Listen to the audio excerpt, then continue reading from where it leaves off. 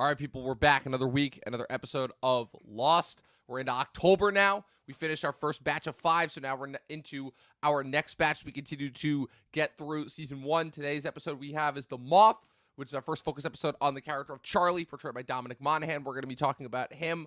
Once we get into the episode, we're also going to be talking about not one but 2 movies that dropped this past weekend later on this year, as we are officially into Oscar season now. So we're going to be keeping track of these movies, which ones seem to be poised to win some Oscars versus which ones may have been a little bit too hyped up early on. Once we get into it, there may or may not be a certain level of satisfaction that I have towards the critical reaction of one of the movies that came out this weekend, even if I myself may not necessarily agree. I am joined once again by Luke of Luke Reviews. Luke, you ready to get into it? I am very much. It was a very good episode that Yes. I watched this morning. Yes, But they're all pretty good episodes. So Yeah, I was about to say, there hasn't been a bad episode yet. I'd say probably the weakest episode so far has been the Tabula Rasa, the Kate episode, but even that was, like, still pretty good. Season 1's it's pretty fucking good debut season, just gonna say. Absolutely. All right, all of that and more on today's episode of Talkin' Lost. Stay tuned.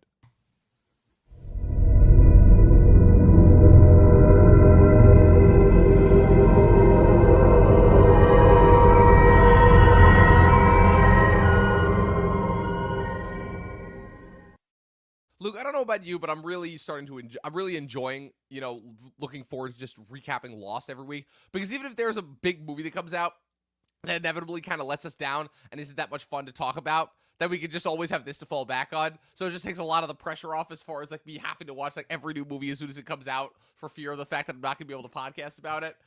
But, yeah, so we did have 2 new movies this weekend. We had Joker 2, Fully Ado, and we had Saturday Night, Jason Reitman's kind of return to non-blockbuster franchise filmmaking with his, I guess, ode to the creation of Saturday Night Live, a staple of American primetime television viewing and sketch comedy, as the show prepares to hit its 50th anniversary. But we're going to kick this off, as always, with the latest episode of Lost that we watched. Season 1, episode 6, 7, depending on where you lie, after the 2-part pilot, The Moth, which is our first episode that focuses on Charlie, who, for a lot of people, is probably the fan favorite character. I know for me, he's one of my favorites. He instantly kind of hooked me, besides the fact that I'm like, oh, it's Mary from Lord of the Rings doing a network TV show. Okay, this is interesting.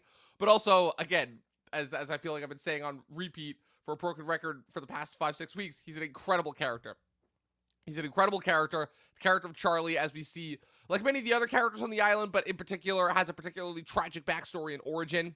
You really feel for him. As you're starting to learn about each one of the characters, each one of them was kind of like had something that was missing so far, So you have Jack, who's got major daddy issues. Kate, who's on the run for some crime that she committed that we still don't know about, even though she shows that she's still a good person. You have Locke, who mysteriously recovered the use of his legs after having been paralyzed. You have Jen and Sun, who had a fracturing marriage that may or may not have been because, Jin works for Sun's father in some sort of criminal enterprise. And now we have Charlie, who all that we knew about him up until this point was that he was a rock star. His band Drive Shaft that he had, as we see in this episode with his brother Liam. And that kind of, unfortunately, was the greatest and worst thing that ever happened to him, because as you see, he kind of goes down the classic rock star path, or at least his brother does, missing shows, just wanted to do drugs constantly, and, what's it called? And then as we see, his brother eventually gets out, gets clean, and Charlie's unfortunately left kind of holding the bag, pun intended, as he unfortunately ends up getting addicted to the same drugs that his brother do, so much so that they're still affecting him on the island. And that's what makes this episode a particularly poignant episode, is this episode is all about kind of Charlie trying to prove his worth to the group, as he feels that, he was, pretty important, being one of the first characters that volunteered to go with Jack and Kate into the jungle way back in the pilot. And now he feels like everybody else is kind of moving on without him and that they don't need him as much. And he does prove himself, but there's also another little bit of a spiritual thing going into it as well with, his back and forth with Locke, which was a relationship that was established last episode. Locke figured out pretty quickly that he was an addict and that he was going through some struggles with withdrawal and such. And now it gets to the point where Jack, the other half of the coin, figures it out in this episode too. And it's an interesting journey, because I'll admit that, when you're thinking of desert island storylines, or deserted island storylines and things that could possibly be going on, going through withdrawal is not one of the ones that you may think of first, but it's definitely one of the more, I would say, compelling storylines that I could think of to happen on a desert island. What about you? What are your thoughts on Charlie so far as a character?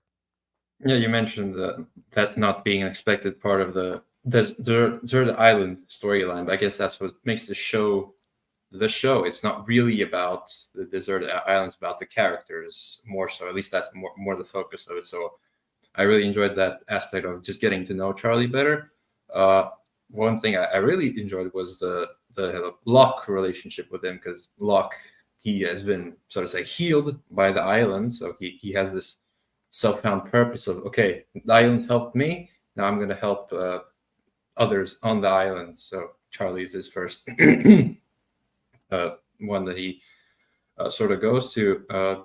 So yeah, just seeing that backstory helped me understand the character. This, of course, the scene where he does go to his brother. He's like, "Hey, we need to go back on tour again." So that was a little sad. It reminded me of the Jesse Pinkman scene where he goes to visit one of his old high school friends or something. He's like has a family, and he's like, you can't stay here. So just a little parallel like that. But yeah, I'm really enjoying Charlie more and more with each episode. Yeah, I'm at the risk of spoiling anything. I will say that Charlie has one of the more memorable but iconic ends of not just any character on this show, but also one of the many. TV obviously has become known for its a vast amount of tragic deaths, and let's just say that Charlie in a little not Penny's boat for any of the major Lost fans. That's a major moment that's coming, and it's rather heartbreaking, especially given that Charlie is a character at the end of the day that is defined by his need for redemption, if you will. Although one argument could be made that he didn't necessarily have to be redeemed, but the fact that he goes so far out of his way to consistently sacrifice himself and try to do what he can to help other people and help his friends always kind of set him apart as being one of the more special and memorable characters in this cast. This is already a cast that's filled with such memorable characters like Saeed, like Sawyer, like Locke, like some characters you'll meet down the line that we haven't met yet, like Desmond, like Ben Linus, certain other characters that come on throughout the run of the show. But obviously Charlie was always one that really stood out. And obviously seeing his origin again, it's it pokes at the heartstrings just a little bit, because you're like, at the end of the day, you're like, he just wants what's best for everybody. When he was on the mainland, it was what he thought was best for his brother and for their band. And now here on the island, it's his best that he could do in order to help everybody else. But as you can see, he's struggling. He really, really is. And I like how it's interesting because so much of the time, addiction stories are ones that always end in tragedy and are always played up for sadness. And I think this is one of the first, if only times I've ever seen it played up for something positive, where the whole thing is, like you said, you're right. Locke has been mysteriously healed by this island, and now he kind of wants to pass that on and help out everybody else. And he's trying to pass that on to Charlie as far as being like, okay, you want your drugs back? He's like, I'm going to test you for them. I'm going to have you ask me for them 3 times. And on the 3rd time, I'll give them to you. But you have to, but I'm not going to give it until you do it 3 times. And you see throughout the course of this episode as he goes through it, and he constantly asks him. And finally, at the end, after he saves Jack from the cave-in, he asks for him one more time, only to throw them in the fire. So clearly, it seems like for now, he's healed. Just for now. But other major story beats that happen in the episode, obviously, them continue to explore the caves. Charlie and Jack's slight conflict causing an unintentional cave-in that Michael then has to coordinate an excavation effort for. Then the other big part, I guess subplot, if you will, that's happening on the island is Saeed and Kate are planning to form some sort of a triangulation around the island in order for Saeed to attempt to triangulate the signal in order to discover where the transmission that's on loop is coming from. So again, more plot basis, but again, this episode is much more of a character focused episode than a plot focused episode, I would say. But real quick, what did you think about the attempt to coordinate the signal and where you think it's coming from, as far as adding more so to the mystery of the island? Not to mention that it's seemingly successful because the end Saeed triangulates the signal before getting knocked out by a mysterious person, presumably the source of the signal. Yeah, that was our first glimpse of someone else of human origin on the island. So I'm very excited to see where that goes. I'm guessing it's gonna be like a few episodes until we get even more answers. But yeah, I was very invested in that part of it.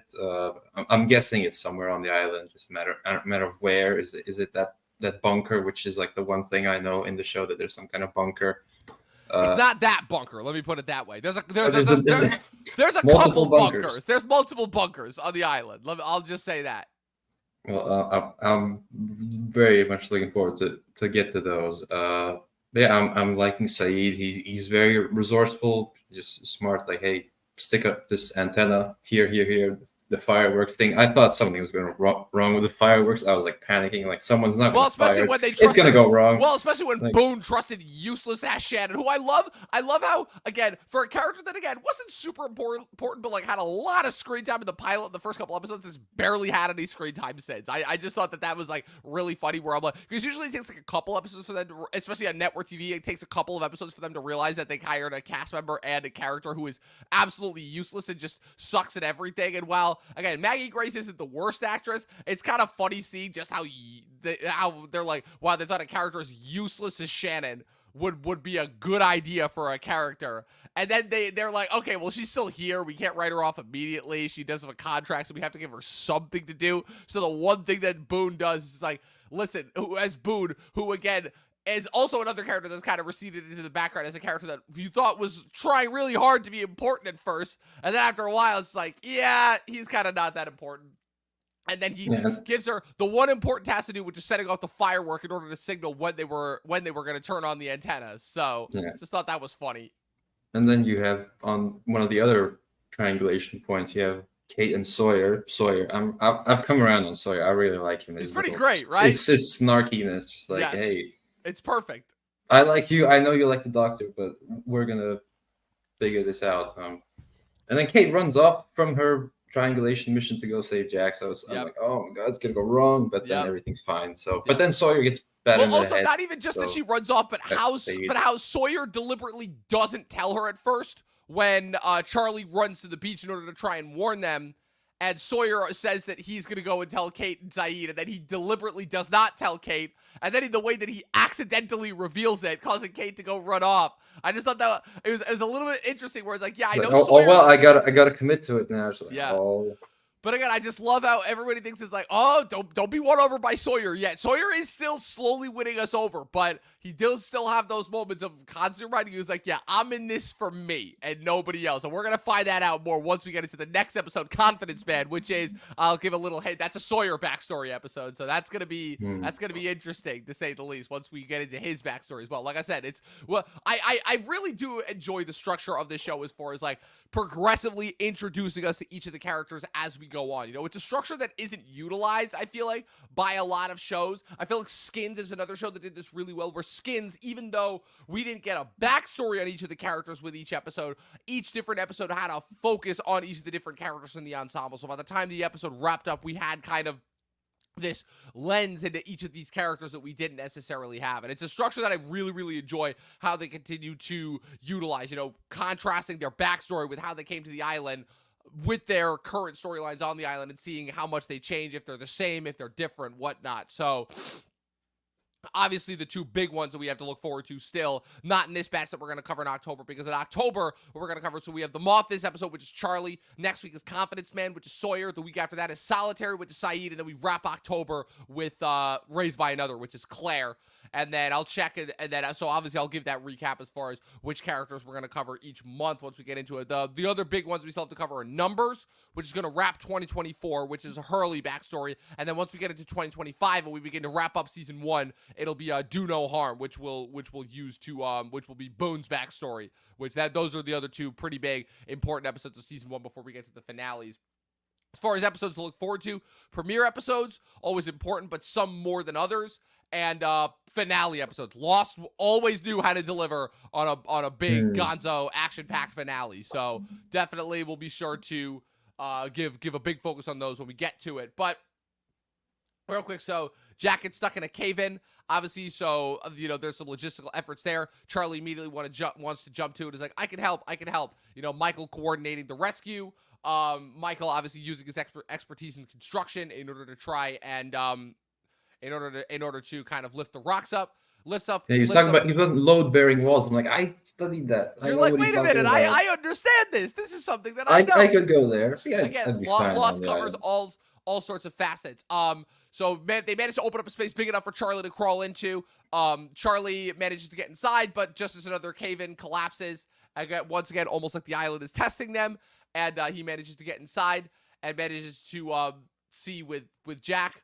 But then, ironically, again, pulling full circle, adding another story item to the list of Chekhov's items, a Chekhov's Moth, if you will. So again, the title of the episode, where at the beginning of the episode, Locke is attempting to show Charlie a moth cocoon in order to symbolize, his journey, how he could, make the journey easier for the moth by cutting open the cocoon, letting it out, but it would be too weak to survive, and that the struggle with which it needs to push its way out of the cocoon is part of its journey as far as making it stronger. And then, so, of course, this leads to, once they're trapped in the cave, Charlie and Jack see a moth in there, and this leads for Charlie looking for the light source and literally digging him and Jack out of the cave right as Kate shows up and starts to dig them out. So I thought that particular bit was pretty great. And, it's, like I said, a little bit of struggle, a little bit of resilience that shows Charlie eventually making his way to, to the better person that he is. So, and redemption is such an old reliable type of character trope, like like Jaime Lannister, Zuko from Last Airbender, just to name some. It always works if you do it right. It's going to be like the best character on the show. So I'm going to see what else happens with Charlie. I watch a lot of. I know, but I read books. I watch booktube videos. They talk about. I know, but what I like is that, like, since you've watched so many TV shows now, you're starting to like pick up on like the different like tropes and character types and like seeing like which ones we really gravitate towards. Because you're right, Jaime Lannister, Zuko. There's a couple of other redemption arcs that happen with characters that are introduced as villains that later become good guys that are just introduced on this show in general. So yeah, it's some good stuff to say the least. So I'm looking forward to seeing, especially. We're watching my progression as well throughout the show. How I analyze these things. Yes, indeed. And Lost, I feel like and this is another thing that I feel like people kind of overlook when it comes to talking about the show, is Lost is, in a way, like, obviously it's interesting to see once we get into the later seasons how much more emphasis on the science fiction and the fantasy it gets, but it is real. Lost is one of the most interesting shows to study and examine when it comes to, transitions of shows between genres, where it starts off very character focused and very drama and survivalist oriented before transitioning into more of a sci-fi fantastical twist. And oh man, once we get to the last 3 seasons really, but the last 2 seasons in general, when every episode is very heavily focused on science fiction and just like avoiding what the island is throwing at them, it really it becomes a lot of fun, to say the least. So anything else you want to talk about with this episode before we get into Joker and Saturday Night? Not particularly. Just another real solid episode of season 1. Really solid episode. Yeah. Like I said, Walkabout and House of the Rising Sun were 2 of the most important episodes, I would say, of the show. But White Rabbit 2 weeks ago, and now this episode, The Moth, they're both very, very good episodes. I very, very much enjoyed my time with this. Charlie, once again, proves to be one of the best characters on the show. I give this episode 4.5 out of 5. Easily. I think I've given most of the episodes 4.5 out of 5, but they warrant it, and so is this one. Indeed. All right. So with that being said, that's our wrap up of Talkin' Lost. That's episode 6 or 7, depending on which order you're in. The Moth. We'll be back next week for Confidence Man. And with that being said, stay tuned for a little movie chat back on the regular Talkin' TV podcast.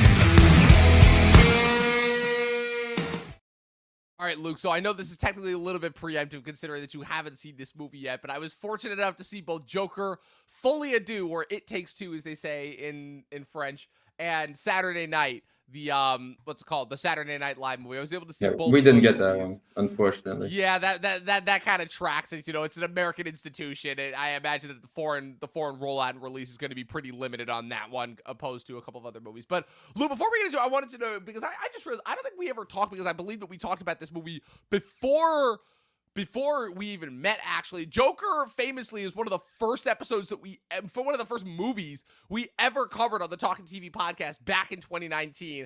I remember Chris and I's Chris and mine's thoughts on it were very, not controversial, but they were very like different. We kind of both didn't really know what to make of it. We both didn't really know what to expect going into that movie. And then obviously the reaction to that movie being what it was, and kind of, where we are now 5 years later. It was the last movie I was expecting them to make a sequel on. But considering that it was a less than $100 million movie that made over $1 billion at the box office in 2019, it's impressive to say the least. But I mean, going into this movie, like, what were your, first of all, what were your thoughts on the first movie? And, like, what did you think, like, going into this movie as far as, okay, like, we're getting a sequel. I get it, like, DC and comic books but, like, of all the movies that didn't need a sequel, Yeah, so Joker came out in 2019. That was year one of look reviews. So I gave it the 5 stars that everyone seemed to give it. I was like, you're one of the Talkin TV podcasts as well. Yeah, so throughout the years, I've watched a few more movies, and and my opinion on Joker soured a little. Not too much. I think it's a fun little like movie, but I don't like that. It's not DC Joker-y at all. It's just like a guy. So, and when I heard that it was just like a musical, Lady Gaga's gonna be Harley Quinn, like, okay, there could be something here, but now I'm like, no one actually likes it now that it's out, and I haven't seen it yet. I'm going to see it tomorrow. I don't know really what to expect. I've heard differing things. Like if you hate the first Joker, you're going to hate to see one even more. If you don't like the first Joker, you like this one. So I don't know. I was excited for it. The Joker trailers always go really hard for no reason. I was looking forward to the musical bits. I guess you're going to tell me a bit about those. So I'm going to see it regardless. It's interesting because Joker 2 versus the first Joker, it's like a weird Venn diagram of people as far as like, okay, if you like the first one, you're going to hate this one. If you hated the first one, you're going to like this one. But if you like the first one, but if you didn't like the first one, there's a chance you might like this one. And so it's like this weird Venn diagram of reactions. And I think what's probably like the most satisfying for me as somebody who did not like the first one at all in hindsight, I'm realizing now that, but I'll explain why, because I'm going to go in depth on my thoughts without spoiling, I guess, any of the plot, or I'm going to try my hardest because I know you haven't seen it yet. But what I will say about Joker Folie à Deux is that, and I wrote this in my review as well, which is where the world was in a vastly different place back in 2019. And Todd Phillips, the director of the Hangover movies, the first one being an iconic comedy, the second one being, the second two being these kind of really confusing, tonally jarring sequels that while showing some promise from a director who clearly does not want to be constrained by the genre that he found himself kind of stuck in the 2000s when he was coming up. He was known for movies like Road Trip, Old School, what's it called? There was one other that he directed, not Mr. Woodcock. Actually, was it Mr. Woodcock? I can't remember. But Todd Phillips was kind of known for doing these gross out, mean-spirited comedies. What's it called? Frat guy comedies is what they called. So obviously, he kind of shifts things a lot. Starsky and Hutch, the remake, that's the one I was thinking of, and School for Scoundrels, as well as directing Due Date and producing Project X in between Hangover movies. But he really wants to start to shift away from comedies once he does War Dogs in 2016, which is an excellent movie starring Jonah Hill and Miles Teller. And so naturally, when he says, I will still never forget this, because this was in the middle of kind of the immediate post-Justice League reaction, everybody kind of wondering what was going to happen with DC after that disaster. And then not only does Warner Brothers announce that they're going to do spin-offs about the villains, they announced they're going to do a solo Joker movie that's not going to feature any of the other DC characters, produced by Martin Scorsese. This is before they even announced Todd Phillips. At the time, everybody thought it was a joke. Nobody thought they were actually going to make this movie. And then it's announced that Todd Phillips is directing, and then you see the first couple of trailers, and then you see the movie, and the movie does gangbusters, right? And everybody goes nuts for it. And my thought going into this was, I'm like, this feels a little bit false, because this is a movie about a comic book character that clearly could care less about the comic book that it's based on, has no intention or interest in making any sort of a comic book world, but is interested in using the mythos of the character in order to kind of tell this story, this very familiar story that we've ultimately seen before. So I didn't really know how to feel about it. And ultimately, at the end of the day, I felt like the film was trying to exonerate, if you will, the behavior for a certain type of person that was emerging pretty heavily at the time. I think we all know what that is. And my whole thing is, I'm a big believer in my own real life about taking personal responsibility and accountability for your actions and not trying to play the incessant victim card. And I guess my problem with the first one is the fact that it's essentially trying to present victimhood as a justifiable excuse for committing these heinous acts. And while the Arthur Fleck character is somebody who obviously is meant to garner sympathy, the problem with that first one is I don't think they do a good enough job of giving him enough agency to really make you buy into the fact that all of a sudden he becomes this figurehead for this massive crime insurrection that essentially happens. And now, obviously, given everything that's happened in the real world since that first movie came out, that's the thing that people also forget, too, is this is pre-January 6th as well. I feel like Todd Phillips is kind of looking back at that first movie and is like, okay, while my movie is not necessarily a direct inspiration for some of these groups and movements, I definitely am not a fan of what has happened in the 5 years since. And I definitely, if I'm going to make another one of these, which clearly he was under contract to because the first one made so much money, he's like, okay, I basically have carte blanche to do what I want. I'm going to make a musical, still kind of questioning the motivation for there. But as far as what the focus of this is going to be, he's like, okay, I told my Taxi Driver / King of Comedy movie. It didn't quite work out the way that I was expecting, because the difference between this movie and those two movies is those two movies never made you forget that the guy that you were watching was mentally unstable and was not a figurehead that anybody should root for or sympathize with. You were meant to empathize with those characters. They don't do a big dance on the stairs. Correct. Like, and you were not supposed to feel bad for those guys, you know? That's the one thing those two movies were never concerned with at all. And Todd Phillips realizes that. I've never seen a thing before where he realizes the issues with the first movie that one could argue was already a success. It was a massive financial success. It was nominated for, it won multiple Oscars. It won Joaquin Phoenix's Best Actor Oscar. And now you have him ultimately go in the complete opposite direction and trying to look back on and vilify everything that he did with the first movie. And now, as a result, everybody hates it. And what's even more insane about that is he even has that as a story element in the movie, where he literally has Arthur Fleck. I'll say this, the majority of the movie is a court trial. The entire time, it's basically like Arthur Fleck going through his trial for the crimes that he committed in the first one, and the whole time, like, kind of examining and exonerating about the whole movie's concerned with, whether it was actually Arthur Fleck or whether the Joker was a greater manifestation of an alternate personality. They're going through this courtroom proceeding, and the judge is constantly reminding everyone, this is a court of law, not a clown circus. But ultimately, at the end of the day, Arthur kind of using his newfound fame to his advantage before kind of coming down to earth and informing everyone, like, yeah, at the end of the day, you guys want me to be this one thing, but I'm not that person. I'm just kind of looking for this escape from this awful life that I've been living. And the minute that he kind of opens up and gets vulnerable, the crowd immediately deserts him. And it leads all the way to an ending that is quite shocking and unexpected that no one will see coming. And again, it has just been really interesting to see everybody's reaction to a sequel that not only is actually interested in trying to examine kind of its own identity, which and the basis from which it was created, which again, I don't remember the last time I've seen that from a sequel in my lifetime, let alone a sequel to a comic book based movie, but also a movie that is attempting to reckon with kind of the plights of the world that it unintentionally inspired and is now trying to alleviate itself of.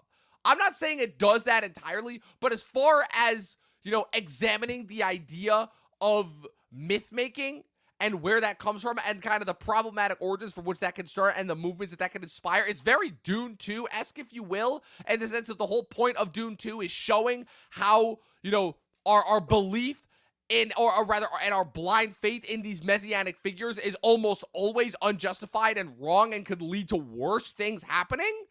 It's kind of insane, and I know I probably sound like I don't know what I'm talking about, but I feel like for anybody who actually watched this movie and actually understood what it was going for is gonna see this. And I have a feel, and besides the fact that I'll say that this is the first movie that I've seen so far in 2024 that the critics are not only like kind of off about, but they are straight up just wrong. Like, I can say first and foremost, the criticisms of this movie are wrong. And there is a deeper level to this movie that it is trying to get out and that it is trying to display of itself. And I'm going to be very interested to see not the immediate reactions, but to see how this movie ages over time. Obviously, the box office will be such a big part of it because the box office was such a big part of the narrative for the first one, but I'll be interested to see kind of how the reaction of this movie goes over time.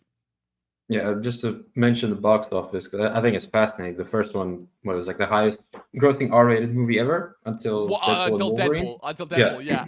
I just want to list you some other names, like Alice in Wonderland, Aquaman, Captain Marvel. Like these are all billion-dollar movies, and then their sequel, however many years later, which is nothing. Like Yeah. it's just things fascinating how that happens. Yes, but the difference, but I will say, like, just off the bat, and it is interesting that you bring up those statistics, but Joker Folie à Deux is better than every single one of those sequels. Also, the difference being that, like, those movies are all big budget, mostly meant just for entertainment purposes, and Joker, problematic as it was a movie that was actually, is a phenomenon in the sense of where it is a movie that is actually trying to be, like, more of a think piece drama study rather than a big budget tentpole extra piece that comic book movies mostly fall into, you know? But it is a comic book movie, Dom. It is, but it's a comic book movie that has absolutely no interest in being a quote unquote what a comic book movie has. Comic book movie is another one of those things where it's supposed to be a blanket term that covers a variety of different genres, but because of what comic book movies have become in the last 10, 15 years of cinema, what we equate as comic book movies is completely different than what it actually is, you know? It's the same way that whenever people talk about animation, they're only talking about Disney movies, and there's so much more to animation than Disney movies, you know? Yeah. Well, I'm gonna see it tomorrow regardless. I have many opinions that I've seen, so I'm just gonna go in there for my own. Yeah, So. I'm gonna be interested in your thoughts on it specifically. I know a couple people's reactions. Eric Thorpe really liked it. Nathaniel Ahart hated it. Dustin liked it. Darius French, I believe, was middle of the road. I think he gave it a 6 out of 10. So there's a couple people. It's been interesting to see people's reactions to it. I myself, I gave it 4.5 out of 5. I went very, very high on this. It's right outside my top 10. I still like Megalopolis more. Megalopolis is a genius movie, and people still have not quite understood Francis Ford Coppola's attempt, with Wow Platinum and Megalon and all the future ridiculousness. I'm gonna be that movie's #1 fan, championing it going forward. It's gonna be great. And so yeah, I actually really enjoyed my time with Joker 2. Again, could not explain in a million years how that happened. 5 years ago, me probably would have looked at me now and been like, "What the fuck are you on about?" But I was really impressed. And Lady Gaga also gives a really good performance as well as the new version of Harley Quinn, and I think portrays a really interesting part in the movie as well. Yeah, there's some interesting parts. I'm going to be interested in your thoughts on this once you see it. The other movie that I was gracious enough to see was Saturday Night, and the thing like I said, Jason Reitman's latest film about Saturday Night Live, and I think the thing that I appreciated the most about this movie is, besides the fact that this feels like a movie of old, this feels like a movie that we would have gotten like while I was in college. In terms of like kind of being like this feeling like this new, fresh, funky original movie. It's 90 minutes of pure anxiety and chaos throughout it. It's basically a thrill ride of 90 minutes where the movie kind of starts and it just does not stop. There's little to no breaks. It's all meant to be filmed like it's all in one take, even though there are quick cuts that you do notice. There's 1.5 million cast members. Everybody's kind of running into frame for their 5 minutes, 5 seconds of fame. It's an ensemble cast. Nobody really kind of gets the focus except for Lorne Michaels, portrayed by Gabriel LaBelle from The Fabelmans. And it is just nonstop, absolute chaos. And to me, it's one of the best movies of the year. It shows that Jason Reitman has not lost a beat. He's kind of lost in blockbuster land a little bit after his last couple of movies weren't doing so well, so he kind of had to take the pay cut in order to do the Ghostbusters reboot that came out a few years ago, Ghostbusters Afterlife. He was kind of doing that also as a tribute to his dad, who I believe passed away recently as well. The iconic director Ivan Reitman, who directed the original Ghostbusters, along with many other iconic cult movies, iconic comedies from the 80s. And Luke, what is your relation? I just realized I never talked to you about this. Obviously, Dustin is probably the #1 Saturday Night Live fan that I know. I myself have really never been a fan of it. I've always thought that it was a little bit tacky, and the sketches for me personally never worked. I have respect for the institution as far as slapdash. Spend all week kind of putting together just these sketches, and of that, some of it's core, some of it isn't. But I guess, if anything, after watching this movie, I have even more respect for its inception, as far as I like that they They didn't make this movie as an homage to kind of the importance of yet another American media institution, but rather more so an homage and tribute to, once again, trying to make something in the wake of every opposition you could think of going up against you. So, like, what is your relationship slash knowledge with Saturday Night Live, and like, kind of how did that like pique your interest as far as going into this movie? Well, I've certainly seen plenty of SNL skits on YouTube, and people always say like, "Oh, this movie looks like an SNL skit." But like, SNL skits are good, like Right. sometimes, like they're not, Yeah. and not everyone is going to be a banger, but like a lot of them are good. Like just I think right after the writer's strike, there was the founding fathers one where he's like, we're gonna use the we're not gonna use the metric system, we're gonna use the random system. I thought that was one of the absolute best that they've ever done. So there were some where they had the Latvian president in as the with I think it was Alec Baldwin was doing Trump. So that's always nice to see Latvia being represented. But I really enjoy it. I also respect how they can just get that done in like a week, just like come up with all that. Of course, I don't watch it live 'cause it's like at 4 Yeah. a.m. or whatever. But I enjoy it. Like when there's the one that's making the rounds, like yeah, I'm gonna see that one. But and I was looking forward to the movie because it looks like a ton of fun. But I'll have to wait for that one. Guess just for this movie, first of all, the fact that they never have a moment where you like it's one of those instances, kind of like Uncut Gems, where it's a type of movie I still have yet to figure out the exact wording as far as it, because it's not really a genre of a movie, although it is really starting to a movie of the nonstop movie, I will, where again the movie never really break. It pauses briefly just to give the characters like a moment to. There's a couple moments between Gabriel LaBelle's Laurel and then Rachel's character, who is if maybe sort of Rosie Schuster, who's one of the who's head writer, and kind of all the other like kind of brief they have brief kind of with the character, Billy Crystal's in there. Nicholas Braun is playing dual here as both Hoffman and Jim Henson. You have men show up at a very as as Carlin, kind of comedian. Will and J.K. Simmons both pop in here. Was the evil executive trying to get it shut down. J.K. Simmons as Merle, who is an iconic talk show host. And the biggest is this is the in a while where you have younger actors portray kind of the well comedians, like Chase, like Dan Aykroyd, Belushi, the Radner, these characters who are very much fan of the current culture. And I think probably the most interesting for me about them, none of them really impression you always with instances like obviously the one that was probably the easiest to was Belushi, considered kind of a relatively own guy. It's this guy named Wood, and just styled him after him. And what's interesting, a lot of focus on screen time, but when you give him a chance to cook as Belushi, he really, really. For me, as where Corey Michael Smith as Chet, Corey Michael Smith is known for playing the Riddler, Gotham, I wrong, has this very what's it called? Very this very flex Jim Carrey-esque, got all this brief moment of ability underneath. So I thought he was I thought Lamar as Garrett was particularly all of his when he's kind of just like questioning out like what is it doing here? I thought all of those moments were really out. I thought that was fun. And Holmes, the Reitman able to make this what's it called? Is able to once again kind of shift up genre from again, he's the guy who's made a couple of pretty iconic movies. Thank You for Smoking, Juno, Up in the Air, Young Adult, all these movies that are kind of about like these older characters who kind of are at points in their life where they don't really know kind of what their next trajectory in life is. He literally, his debut movie is about a cigarette advertising executive who's trying to make things more advantageous, pro the cigarette, the tobacco industry, fully knowing well, what's called the harm that his product does to the American populace. And Reitman, in terms of continuing to make kind of his tribute to these institutions, if you will, these well-known ideas. It kind of continues his track record as being, I think, one of the more forward-thinking and more interesting directors,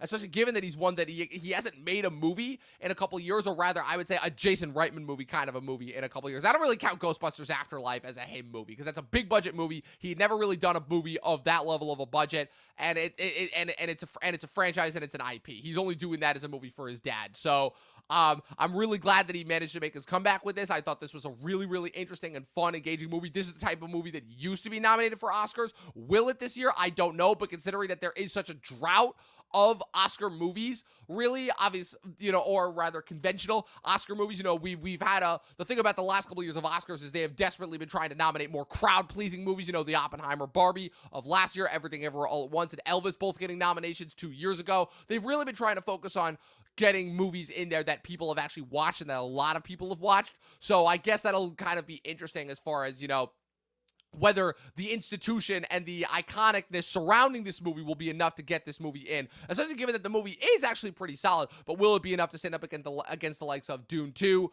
or say some of the other movies that are coming out later this year, like your Amelia Perez's, your Anora's, your Brutalist, the fact that we're ultimately looking at a Best Picture slate that is not going to be exactly mainstream crowd friendly this year. So whether this movie manages to return break to in, form, basically. Yeah. Well, like I said, whether this movie will be able to break in, we'll see. But for me, at least, this was one of the more interesting and engaging and fun movies of the year. It was nice seeing a movie of relatively younger cast members as well. I wrote this in my review too, all kind of getting to work together and bounce off each other in a more natural setting, because that's something that we really don't get to see a whole lot on the big screen. So just if you're a fan of acting, more so than you're a fan of, I guess, of this institution.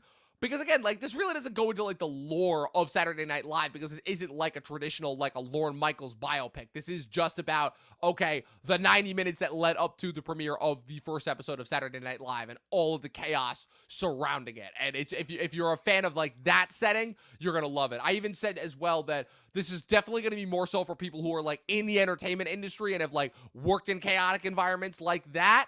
But even still, I'll be interested to see if this has something in it for someone. Like I said, I gave this 4.5 as well. Yeah, I will. I'm looking forward to watching this on my laptop on some Saturday morning. Yeah. It has to be watched on a Saturday, too. That's the thing. I Yeah. can't believe I'm saying this, but I'm yeah, I had to watch this on a Saturday because it was the only way that would have worked. So. Yeah. Yeah, I'm looking forward. It looks like a ton of fun. So yeah, and it is. It you is definitely very good. sold it to me. It even is more. very, And very. Yeah, it is. I Very, enjoy the actors. It's a nice lower budget movie that we Yes. should be having more of. Yes, we should be Again, having way going back more to of it. that Cord Jefferson thing at the Oscars, let's make Yes, more lower budget and one big budget. So yeah, 100%. Could not agree more. And next weekend we'll be breaking down The Apprentice and We Live in Time, because those are both coming out next weekend as well. I'll be interested to see if any of, because those seem to be the two movies that people thought were going to be nominated for a lot of Oscars when they were announced months ago. And now that we're getting closer to the race and kind of the festival hits have already been announced as far as which ones are going to be more beloved. We'll see. But they're both starring people that we like. I was actually just rewatching a Succession episode last night, the Living Plus episode of Succession. Getting ready for both my Succession boys, Kendall and Roman, to make their big screen comebacks. Kendall next week with The Apprentice, and then Roman in a couple weeks for A Real Pain with Jesse Eisenberg, which people are telling me could be a little bit of a sleeper hit. So we shall see. But with that being said, that was the show for today. Like I said, we talked about The Moth on Lost. We talked about Joker 2 and Saturday Night. Let us know your guys' thoughts on both those movies if you saw them in the comment section below. Luke, I'll be checking in on you in the next couple of weeks to see your thoughts on these movies once you eventually watch them. In the meantime, where can the good people follow you on the interwebs?